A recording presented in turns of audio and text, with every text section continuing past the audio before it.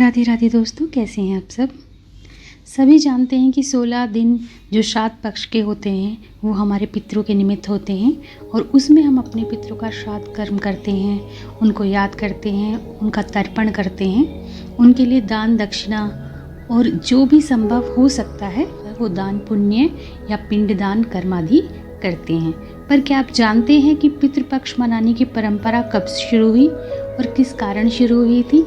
क्या है इसके पीछे की कथा? तो आइए जानते हैं। यह मान्यता और यह कथा महाभारत काल से जुड़ी हुई है।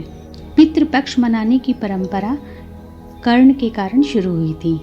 क्या है इसके पीछे की धार्मिक मान्यता? पुराणों के मुताबिक पितृपक्ष में दान पुण्य का विशेष विधान होता है। इसका फल जीवात्मा को स्वर्गलोक में प्राप्त होता है। यह कथा पितृपक्ष में सुनने का अपना ही बहुत ही महात्म्य है। दानवीर कर्ण अपनी दानवीरता के लिए जाने जाते थे और जीवन भर उन्होंने गरीब और ज़रूरतमंदों को धन और स्वर्ण का दान दिया। अपने दर पर आने वाले किसी भी व्यक्ति को उन्होंने बगैर धन दिए या स्वर्ण दिए नहीं लौटने दिया। लेकिन कर्ण ने अपने जीवन काल में कभी भी अन्नदान नहीं किया। अंतिम समय में जब कर्ण ने मृत्युलोक छोड़ा और स्वर्ग पहुँचे, वहाँ कर्ण इस बात से हैरान थे कि अन्य लोगों को नियमित भोजन दिया जाता है और उन्हें खाने में स्वर्ण और तरह तरह के आभूषण दिए गए।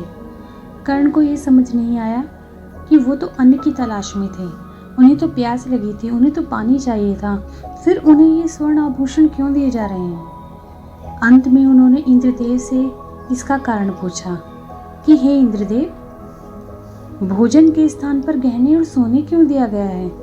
तब इंद्र ने कर्ण से कहा कि हे कर्ण, आपने अपने पूरे जीवन काल में केवल सोना और आभूषण ही दान में दिया है। आपने न कभी किसी गरीब और न ही कभी अपने पूर्वजों को अन्न का दान किया है। कर्ण को एहसास हुआ कि एक गरीब व्यक्ति के लिए बहुमूल्य रत्न से ज़्यादा कीमती अन्न है।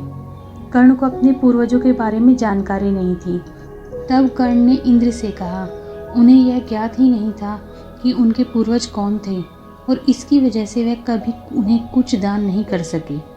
इन सब गलतियों को सुधारने के लिए आप मुझे एक मौका दें और मुझे कुछ दिनों के लिए पृथ्वी पर भेज दें।